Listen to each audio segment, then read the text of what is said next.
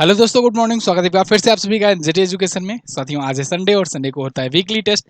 आज weekly test में आपको 19 मई से लेकर 25 मई तक के जितने भी करंट अफेयर क्वेश्चंस थे उसमें से टॉप 30 क्वेश्चंस का रिवीजन करवाने वाला हूं।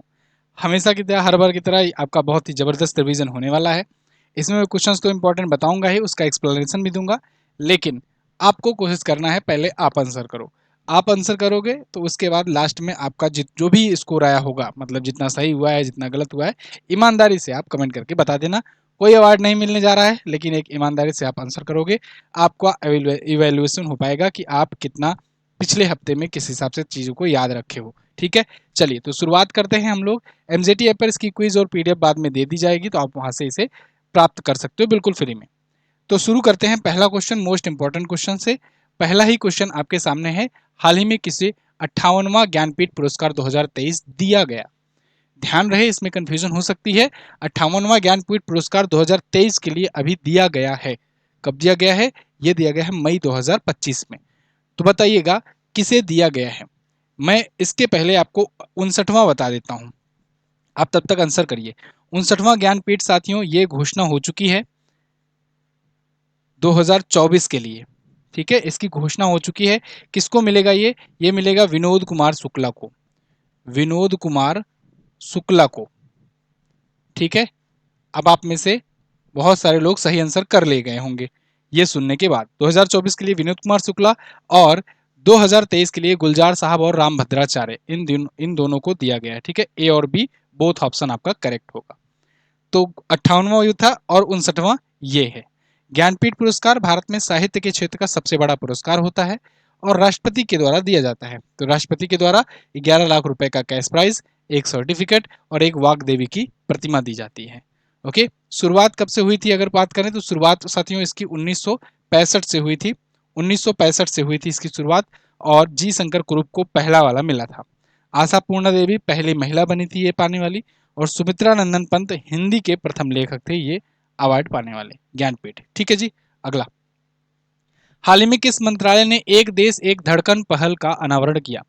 कौन से मंत्रालय के द्वारा एक देश एक धड़कन पहल का अनावरण किया गया है? बताइएगा, जल्दी जल्दी कमेंट करके बताइएगा। क्लियर दिख रहा है ना सब? एक देश एक धड़कन का अनावरण किया गया है। तो ये किसके द्वारा किया गया है? ये संस्कृति मंत्रालय यानी मिनिस्ट्री ऑफ कल्चर के द्वारा शुरू किया गया है। आप देख सकते हो, कल्चर मिनिस्ट्री लॉन्चेस एक देश एक धड़कन। ये देश भावना को, देश प्रति प्रेम भावना को जगाने के लिए, राष्ट्रीय एकता को बढ़ाने के लिए ये शुरू किया गया है। भारत का पहला मानव युक्त गहरा महासागर मिशन समुद्रयान, ये कब तक लॉन्च कर दिया जाएगा? समुद्रयान, मैंने इसके प्रति बताया था ना आपको कि इसके जरिए मत्स्ययान मत्स्ययान 6000 भेजा जा रहा है। मत्स्ययान 6000 ये यान का नाम होगा। 6000 इसलिए नाम पड़ा है क्योंकि ये 6000 मीटर की गहराई तक जाएगा। 6000 मीटर की गहराई तक जाएगा। भारत का पहला गहरा समुद्री महासागर मिशन होने वाला है समुद्रयान। ठीक है, तो ये 2026 के अंत तक भेजा जाएगा। 2026 के बाय द एंड ऑफ 2026। ठीक है, तो ये भेजा जाएगा। तो इससे ब्लू इकोनॉमी को बढ़ावा मिलेगा भारत में, भारत और अच्छे से रिसर्च भी कर पाएगा। मत्स्य 6000 इसका नाम है। ठीक है, अगला। जो जो मतलब जो समर्सिबल होगा, जो जाएगा, उसका नाम मत्स्य 6000 है। अच्छा, आप लोग आरआरबी एनटीपीसी का एग्जाम बिल्कुल देने जा रहे हो, आपका एग्जाम लगा हुआ है, तो मॉक टेस्ट जरूरी है। अब मॉक टेस्ट में टेक्स्ट बुक का मॉक टेस्ट आप लोग जाकर के सॉल्व कीजिए, क्योंकि यहाँ पर लार्जेस्ट नंबर ऑफ स्टूडेंट्स हैं, उनके बीच में आपको रैंक अपनी पता लग पाएगी। इसके अलावा अभी इन्होंने बहुत सारे फ्री मॉक टेस्ट दे रखे हैं, लाइव टेस्ट भी हो रहा है। तो 13 फ्री मॉक टेस्ट हैं, जा करके इनको सॉल्व कीजिए। और बहुत सारे लाइव टेस्ट भी चलते रहते हैं डेली, तो आप लाइव टेस्ट में भी हिस्सा लीजिए। यहाँ पर डिटेल एनालिसिस मिलती है, सॉल्यूशन मिलता है, और आपकी बेहतरीन प्रिपरेशन किस प्रकार से चल रही है वो पता लग पाता है। फ्री लाइव टेस्ट देने पर अगर पसंद आए तो इसको परचेज भी कीजिए। टेक्स्ट बुक पास प्रो ले सकते हैं, आप पास प्रो मैक्स ले सकते हैं। प्रो मैक्स में खास बात ये होती है कि उसमें आपको प्रो वाली सारी चीज़ें मिलती हैं, इसके अलावा उसमें पीडीएफ डिटेल में क्लास नोट्स वगैरह भी मिल जाती हैं। टेक्स्ट बुक पास प्रो में प्रीवियस ईयर के क्वेश्चंस पेपर्स जो हैं वो सब भी आप सॉल्व कर सकते हो। वर्तमान मॉक टेस्ट तो आप दे ही सकते हो, तो ये आप टेक्स्ट बुक पर जाकर के ले सकते हो। लिंक डिस्क्रिप्शन में दिया गया है, पिन कमेंट में मैंने आपको फ्री मॉक टेस्ट भी छोड़ दिया है, जाकर आप फ्री मॉक टेस्ट भी दे सकते हो और वहां से इसे परचेज कर सकते हो। परचेज करते समय ध्यान रखना एमजेटी कूपन कोड लगाना, जिससे आपको डिस्काउंट मिल जाए, वरना डिस्काउंट नहीं मिलेगा। एमजेटी कूपन कोड लगाते ही 12% प्राइस तुरंत डाउन हो जाएगी। आप इंडिया में 800 प्लस एग्जाम की तैयारी, अगर किसी भी एग्जाम की तैयारी कर रहे हैं लगभग, तो वो सब इसमें कवर हो जाता है। उन सब के मिला करके 1.5 लाख से ज़्यादा मॉक टेस्ट यहाँ पर अवेलेबल हैं, और 12 प्लस लैंग्वेज में भी अवेलेबल है, तो आपको हर भाषा में मिल जाएगा। अगला, किसने सुपर बेट क्लासिक में अपना पहला ग्रैंड शतरंज टूर खिताब जीता? सुपर बेट क्लासिक में अपना पहला ग्रैंड शतरंज टूर खिताब इसको जीत लिया है अभी आर प्रज्ञानंदा ने। आर प्रज्ञानंदा ऑलरेडी साथियों ये ग्रैंड मास्टर हैं, ग्रैंड मास्टर ये बहुत पहले बन चुके थे, और ये अभी पहला सुपर बेट क्लासिक का भी ये टूर्नामेंट जीत गए हैं, और पहला इनका ये सुपर बेट क्लासिक में पहला ग्रैंड शतरंज टूर है। 66 लाख रुपए की धनराशि पाए हैं इन्होंने, विजेता राशि रोमानिया के बुखारेस्ट में आयोजित किया गया था। अभी वर्तमान समय में भारत में 86 पुरुष ग्रैंड मास्टर हो चुके हैं, 24 महिला ग्रैंड मास्टर हो चुकी हैं। अगला, पहले वाले तो आप जानते हो ना, विश्वनाथन आनंद थे। नेपाल के किस ग्लेशियर को मृत घोषित किया गया? मृत घोषित कर दिया गया है पूरे ग्लेशियर को ही, और बाकायदे उनको पूजा अर्चना की गई, जैसे कि अंतिम संस्कार किया जाता है उसी प्रकार से अंतिम संस्कार किया गया ग्लेशियर का। क्यों किया गया ऐसा? क्योंकि ये ग्लेशियर लगातार बहुत तेजी से पिघलता जा रहा है, और जो अपना मतलब कि एक सांस्कृतिक धरोहर के रूप में अपनी यादें बहुत सारा बटोर कर रखा था, वो आज खत्म होने के कगार पर है, इसीलिए इसे मृत घोषित कर दिया गया है। नाम इसका क्या है? याला ग्लेशियर। याला ग्लेशियर साथियों ये नेपाल में स्थित है, और इसको अभी डेड डिक्लेयर कर दिया गया है। स्मारक पट्टिका वगैरह पहनाई गई है। हिंदू कुश हिमालय पर क्षेत्र में ये एक बहुत ही महत्वपूर्ण स्थान रखा करता था। यहाँ पर क्रायोस्फीयर रिसर्च भी चला करता था, उसका एक अहम केंद्र हुआ करता था। ग्लेशियोलॉजिकल प्रशिक्षण भी हुआ करते थे। तो ये एशिया का पहला ग्लेशियर है जिसे स्मारक पट्टिका वगैरह से सम्मानित करके इसको विदाई दी गई है। चंद्रमा की विषमता के रहस्य को सुलझाने वाला ग्रेल मिशन किसके द्वारा लॉन्च किया गया था? ग्रेल मिशन बताइए। ग्रेल मिशन 2011 में लॉन्च किया गया था, आज नहीं लॉन्च हुआ था, 2011 में लॉन्च किया था, और अभी इसने अपनी स्टडी पब्लिश की है। मतलब इसने जो भी काम किया है उसका स्टडी अब पब्लिक डोमेन में आया है। इसने क्या बताया है चंद्रमा के बारे में? खास करके ये पता लगाने गया था कि चंद्रमा एक तरफ से देखने में दूसरी तरीके से, दूसरे साइड से देखने में दूसरे तरीके से क्यों दिखता है, तो ये पता लगाया है इन्होंने। नासा ने इसे भेजा था 2011 में, ग्रेल मिशन किया था। तो अब इसने मून के बारे में ये बताया है। तो केप कैनावरेल से डेल्टा 2 रॉकेट से इसने 2011 में लॉन्च किया था। ये बता रहा है कि गुरुत्वीय प्रभाव और चंद्रमा के आंतरिक ताप की वजह से ये दूरवर्ती, दूर से देखने में चंद्रमा दूसरा, एक तरफ से देखने में चंद्रमा दूसरी तरीके से, दूसरी तरफ से देखने में दूसरी तरीके से, नजदीक से देखने में दूसरी तरीके से दिखता है। चंद्रमा की आंतरिक संरचना, ज्वालामुखी इतिहास और थर्मल विकास को भी समझने में अब इससे आसानी होगी। अगला, हाल ही में कहां पर विश्व का पहला मानव मूत्राशय प्रत्यारोपण किया गया? पहला मानव मूत्राशय यानी कि ह्यूमन ब्लैडर ट्रांसप्लांटेशन किया गया है सक्सेसफुली। कहां पर किया गया है? तो ये अमेरिका में किया गया है, यूएसए में किया गया। आप फटाफट से आप भी आंसर देते रहो, ठीक है। यूएसए में किया गया है पहली बार ह्यूमन ब्लैडर का सक्सेसफुली ट्रांसप्लांटेशन। ठीक वैसे ही जैसे हार्ट का ट्रांसप्लांटेशन होता है, आई ट्रांसप्लांटेशन होता है, किडनी ट्रांसप्लांटेशन होता है, ऐसे ही ये ब्लैडर का ट्रांसप्लांटेशन किया गया है। तो कैलिफोर्निया यूनिवर्सिटी के, लॉस एंजल्स यूनिवर्सिटी के और दक्षिण कैलिफोर्निया यूनिवर्सिटी के सर्जन्स ने यहाँ पर एक 41 वर्ष के व्यक्ति का किया है ये ट्रांसप्लांटेशन। किस देश ने समुद्री क्षेत्र में महिलाओं के लिए सागर में सम्मान पहल शुरू की? सागर में सम्मान पहल, भाई सबसे ज्यादा महिलाओं का सम्मान किस देश में होता है? भारत में होता है। तो भारत में ही अभी सागर में सम्मान पहल शुरू की गई है, समुद्री क्षेत्र में भी महिलाओं की भागीदारिता बढ़ाने के लिए। समुद्री क्षेत्र में मतलब क्या? क्या जलपरी बनने जाएंगी? नहीं। समुद्री क्षेत्र में ये जो मत्स्य उत्पादन जो करते हैं, या मछली मारने वाले जो होते हैं, उन्हें कहते हैं जलीय कृषक। तो ऐसे जलीय कृषक के रूप में महिलाओं की भी भागीदारी बढ़ाई जाए, तो जलीय खेती में जिसे बढ़ावा मिले, तो इसके लिए यहाँ पर ये सागर में सम्मान पहल शुरू की गई है। और इसमें ये बताया गया है कि देखिए भारत भर में महिला नाविकों की संख्या पिछले कुछ दिनों में बहुत तेजी से बढ़ी है। अब इसमें महिला नाविक भी होंगे, महिला मछुआरी भी होंगी, ठीक है। तो ये सबका क्षेत्र को पूरा पूरा ओवरऑल बढ़ावा दिया जाएगा। अगला, किस राज्य में मछली महोत्सव का आयोजन किया गया? मछली महोत्सव, तो इसे मत्स्य महोत्सव भी कह सकते हो, फिश फेस्टिवल। तो ये अभी त्रिपुरा में आयोजित हुआ। कहां पर? त्रिपुरा में आयोजित हुआ। देखिए इनॉग्रेटेड। एक्वा पार्क की भी एक स्थापना रखी गई और इसके अलावा फिश फेस्टिवल भी इनॉग्रेट किया गया है। तो PMMSY के अंतर्गत इन्हें त्रिपुरा के कैलाश शहर में एक्वा पार्क के आधारशिला रखी गई है। 42 करोड़ की लागत से बनाया जाएगा। एक्वा पार्क मतलब कि ऐसा पार्क, जलीय पार्क, ऐसा जलीय पार्क जहां पर मछलियों की बहुत सारी प्रजातियां जो हैं ये संरक्षित की जा सके। ठीक है, तो यहाँ पर त्रिपुरा में शुरू किया गया मछली महोत्सव। सैफ अंडर 19 फुटबॉल चैंपियनशिप का खिताब किसने जीता? सैफ, सैफ का मतलब आप जानते हो ना, साउथ एशिया फुटबॉल फेडरेशन। तो साउथ एशिया का फुटबॉल फेडरेशन का अंडर 19 फुटबॉल चैंपियनशिप किसने जीत लिया? भारत ने जीत लिया है। भारत की महिलाओं ने बांग्लादेश की भारत के अंडर 19 की टीम ने, ठीक है ना, महिलाओं की नहीं है, अंडर 19 की टीम है, भारत की अंडर 19 की टीम ने बांग्लादेश की अंडर 19 टीम को हरा करके ये जीत लिया है। ठीक है, सैफ अंडर 19 फुटबॉल चैंपियनशिप। तो ये अरुणाचल प्रदेश में आयोजित किया गया था। भारतीय तटरक्षक बल ने कहां पर ओलिव रिडले कछुओं की रक्षा के लिए ऑपरेशन ओलिविया शुरू किया? ये इंपॉर्टेंट है।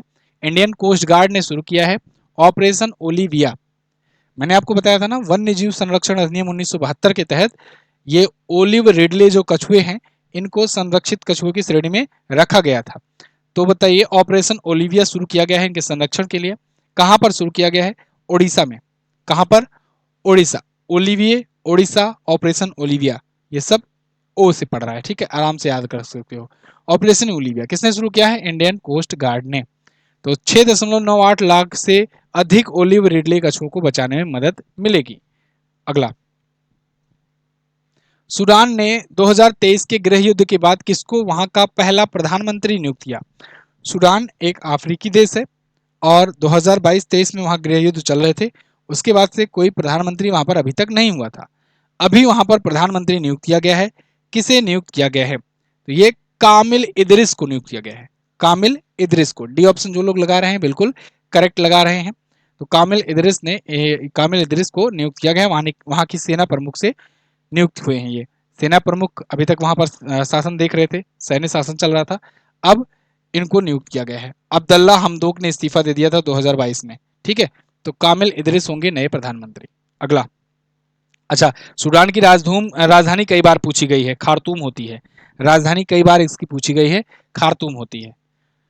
और दक्षिण सूडान इसी से अलग हुआ था, जो कि बना यूएन का 193वां सदस्य देश। ध्यान रखना, यूनाइटेड नेशन ऑर्गेनाइजेशन में 193 सदस्य देश हैं, जिसमें 193वां जो है वो दक्षिण सूडान ही है। हाल ही में आयोजित इटालियन ओपन 2025 का खिताब किसने जीता है? इटालियन ओपन, ये टेनिस का टूर्नामेंट होता है, इसको जीत लिया है कार्लोस अल्कराज ने। कार्लोस अल्कराज का ये पहला इटालियन ओपन था। अभी तक इन्होंने इटालियन ओपन टेनिस टूर्नामेंट नहीं जीता था। जन्निक सिनर को इन्होंने हराया। 7वां इनका मास्टर्स 1000 खिताब था। एटीपी मास्टर्स में 19वां खिताब था। तो ऐसे तीसरे खिलाड़ी बन गए हैं 1990 के बाद अल्कराज, जिन्होंने एटीपी टूर के अंतर्गत सभी प्रमुख क्ले कोर्ट खिताब जीत लिए हैं। ये भी एक क्ले कोर्ट पर खेला जाता है, जैसे फ्रेंच ओपन होता है क्ले कोर्ट पर, वैसे ये भी होता है क्ले कोर्ट पर। ठीक है, तो महिला एकल किसने जीती है ये भी पूछा जा सकता है। विमेन सिंगल जीता है जैस्मीन पाओलिनी ने। जैस्मीन पाओलिनी ने जीता है महिला एकल खिताब। अगला, किस राज्य सरकार ने इंदिरा सौरगिरी जला विकासम योजना का शुभारंभ किया? मैंने आपको ट्रिक बताया था ना। देखो, डेली करंट अफेयर अगर आप देखते होगे तो डेली आपको 25 से 30 मिनट में बहुत ही बेहतरीन तरीके से 10 क्वेश्चन अच्छे से समझा दिए जाते हैं, हर एक आसपास के पहलू को बता करके, ट्रिक्स वगैरह बताकर, सब कुछ बताकर। तो डेली करंट अफेयर आप जरूर फॉलो किया करो, और वीकली में आप रिवीजन करने की पर्पज से भी आया करो, क्योंकि रिवीजन भी बहुत ज़्यादा जरूरी होता है। अमूमन पीडीएफ तो दी जाती है, लेकिन सभी लोग रेगुलरली आप पीडीएफ रीड नहीं करते हो रिवीजन के लिए। मुझे भी पता है सब कुछ, है ना, कि एक दो दिन जोश जोश में आकर के रिवीजन करोगे, उसके बाद फिर ठंडे पड़ जाओगे। इसीलिए वीडियो जब अपलोड होती है तो एक प्रकार से आपको रिमाइंड कराती है कि भाई वीडियो आ गई है, फटाक से लगा लो, कुछ भी काम कर रहे हो रिवीजन कर लो अपना हफ्ते भर का। ठीक है, तो इसलिए रिवीजन जरूरी है।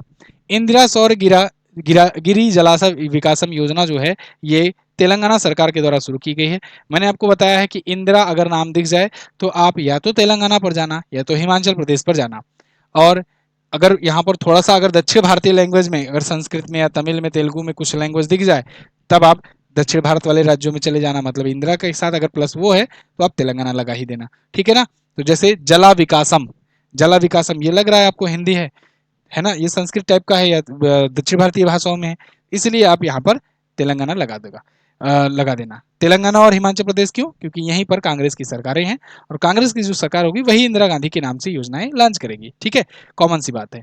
चलिए, तो यहाँ पर मचाराम गांव नगरकुरम जिला में ये शुरू किया गया है। 5 से 7.5 हार्स पावर की यहाँ पर क्षमता होने वाली है और ये निःशुल्क ट्यूबवेल सिस्टम है जो कि चलेगा किससे? सोलर एनर्जी से। अगला, किस पुरस्कार से सम्मानित खगोल वैज्ञानिक जयंत नरलीकर का निधन हो गया? मशहूर खगोल वैज्ञानिक जयंत नरलीकर, इनका निधन हो गया है साथियों। इन्हें पद्म भूषण, पद्म विभूषण और महाराष्ट्र भूषण तीनों से सम्मानित किया जा चुका था। बहुत ही फेमस पर्सनालिटी थे ये, बहुत ही फेमस ये एस्ट्रोफिजिसिस्ट थे। इनका निधन हो गया है। 2004 में पद्म विभूषण मिला था, 1965 में पद्म भूषण और महाराष्ट्र भूषण 2011 में मिला था। साहित्य अकादमी भी पा चुके थे 2014 में मराठी भाषा के लिए। ठीक है, और इन्हीं की अध्यक्षता में, इन्हीं के सह संस्थापन में inter university centre for astronomy and astrophysics ICUCAA की स्थापना की गई थी। इसके ये फाउंडिंग मेंबर थे। 2003 तक इस पद पर रहे भी ये। स्टैटिक जीके की भी ई बुक आ गई है। ये ई बुक आपको 99 में मिल जाएगी, आप जा करके ले सकते हो। एमजेटी ऐप पर ये भी अवेलेबल है। स्टैटिक की सारी चीजें इसमें अवेलेबल है, आपको दी गई हैं। 32 से ज्यादा चैप्टर्स हैं। सैंपल मैंने अपलोड कर रखा है। एमजेटी ऐप पर जाकर के आप स्टैटिक जी के पोर्शन में जाना, तो वहाँ सैंपल पीडीएफ दिया गया है, उस सैंपल पीडीएफ को डाउनलोड कर लेना। तो इसमें रैंडमली 10 पेज का लेकर के आपको सैंपल डाला गया है, तो आप देख सकते हो कि क्या क्या कंटेंट है, किस प्रकार से कंटेंट है। ठीक है ना, इंडेक्स भी दिया गया है, तो आप देख सकते हो 32 चैप्टर कैसे हैं उसमें।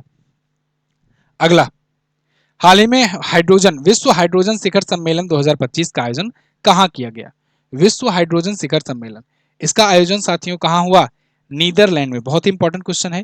विश्व हाइड्रोजन शिखर सम्मेलन हुआ है। Hydrogen is the future fuel. Future fuel इसलिए क्योंकि इसमें कार्बन का एमिशन नहीं होता है। तो हाइड्रोजन को बढ़ावा देने के लिए, हाइड्रोजन का ज्यादा से ज्यादा इस्तेमाल करने के लिए ये समिट हुआ है। 20 से 22 मई के बीच में ये समिट हुआ है रोटरडैम नीदरलैंड में। ठीक है, रोटरडैम नीदरलैंड, बहुत इंपॉर्टेंट है ये, याद रखना। अगला, वैसे भारत की बात करें 2047 तक भारत जो है एनर्जी इंडिपेंडेंट होने का लक्ष्य रखा है। 2070 तक हम लोग नेट जीरो कार्बन एमिशन वाले देश होने का लक्ष्य रखे हैं। अगला, सार्वभौमिक कार्यात्मक साक्षरता का दर्जा हासिल करने वाला भारत का पहला राज्य कौन बना? सार्वभौमिक कार्यात्मक साक्षरता मतलब 100% लिटरेसी वर्किंग में, तो ये कहां पर प्राप्त हुआ है? ये प्राप्त हुआ है साथियों मिजोरम में।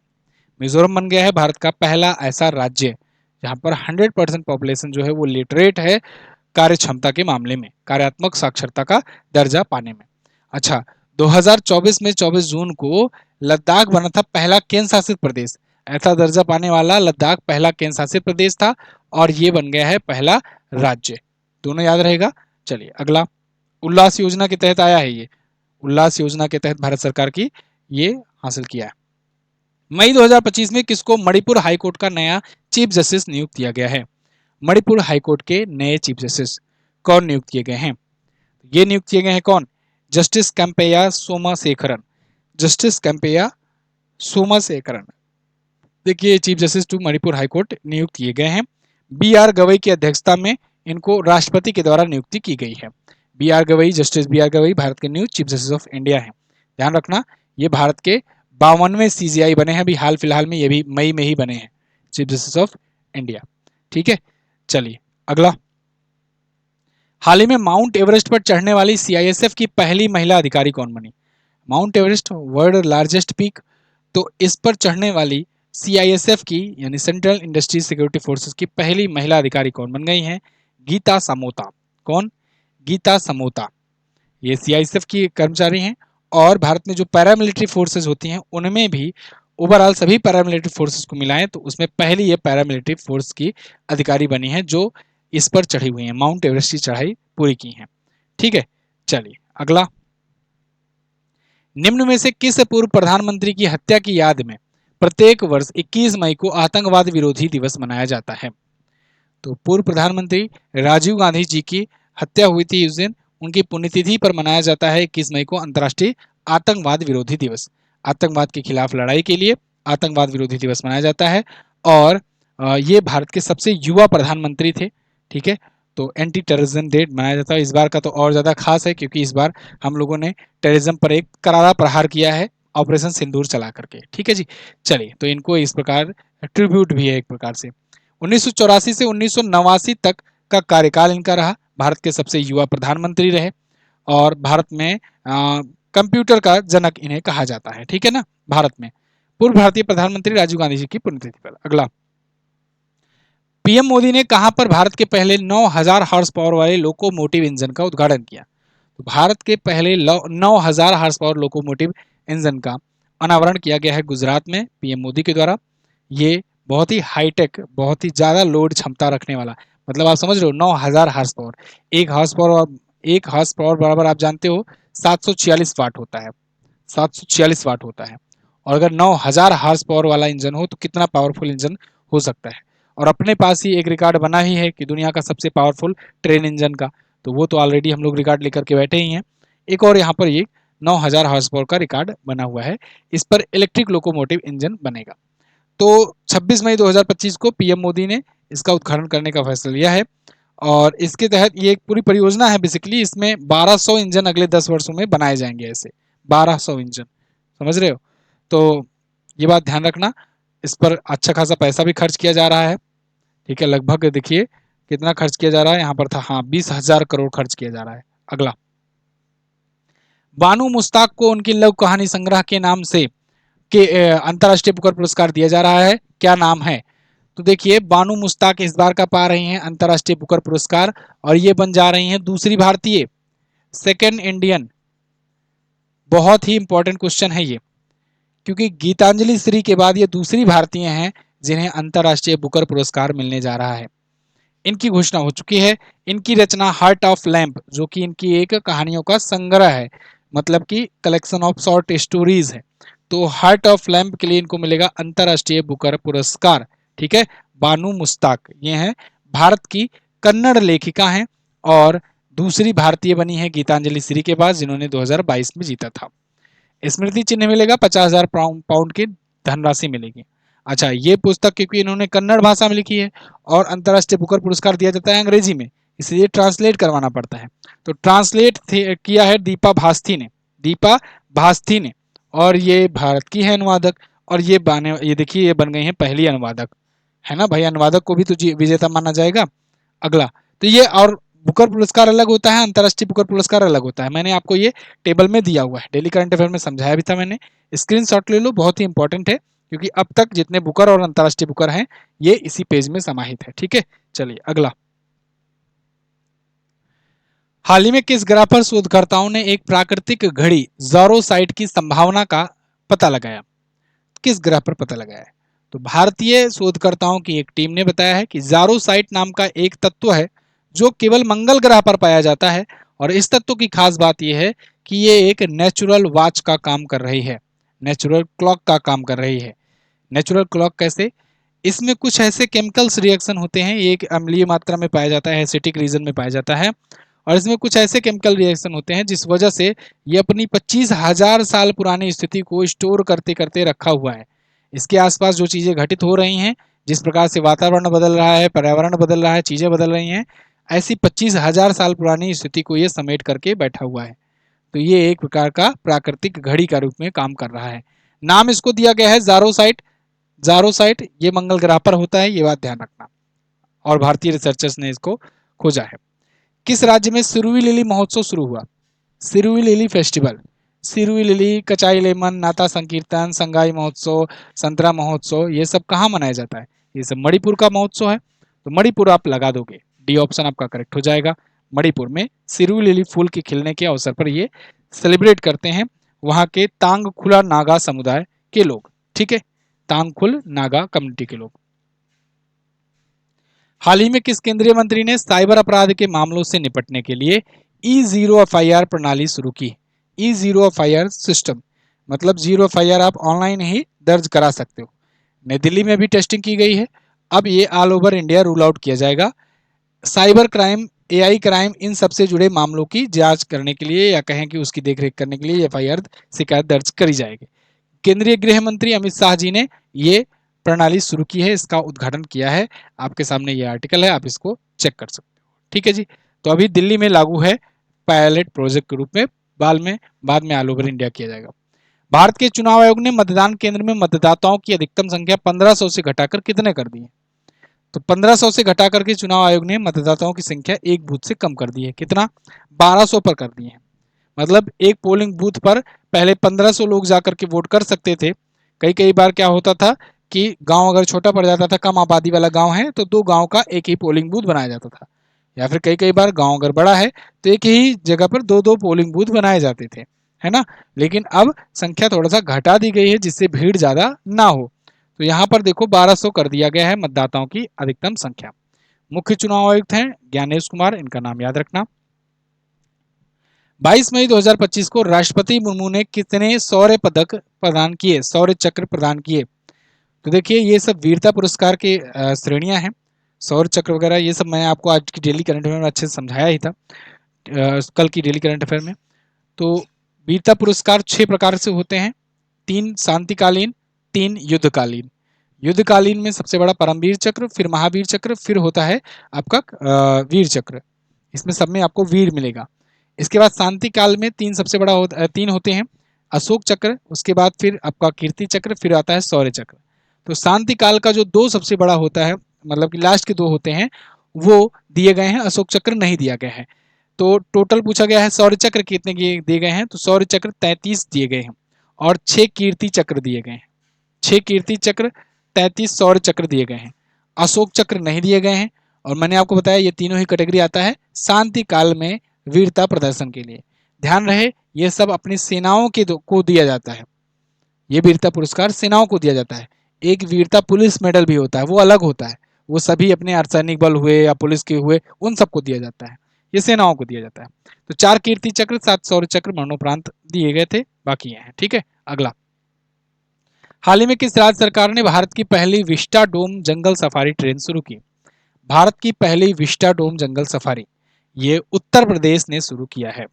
उत्तर प्रदेश सरकार ने, उत्तर प्रदेश का एक जिला है बहराइच, उस जिले में कतरनिया घाट वन्यजीव अभ्यारण्य से लेकर के पीलीभीत और लखीमपुर खीरी में दुधवा नेशनल टाइगर रिजर्व को ये कनेक्ट करता हुआ विस्टा डोम कोच सेवा शुरू की है। विस्टा डोम कोच सेवा में एक स्पेशल सफारी ट्रेन चलाई जाएगी जिसके तहत यात्रियों को 107 किलोमीटर लंबा जंगल का सफर कराया जाएगा, सफारी कराया जाएगा बढ़िया तरीके से। कुल 4 घंटे 25 मिनट का सफर होने वाला है। लोग लुफ्त उठा पाएंगे कि जंगलों में कैसे जीव जंतु जानवर रहते हैं, है ना, और हम लोग कैसे घरों में ही जंगलीपना करते हैं। तो खैर ये उत्तर प्रदेश में ये इन दोनों जिलों का ये रूट है। अगला, भारत के लिए आईएसएसएफ जूनियर विश्व कप 2025 का पहला स्वर्ण पदक किस भारतीय महिला निशानेबाज ने जीता?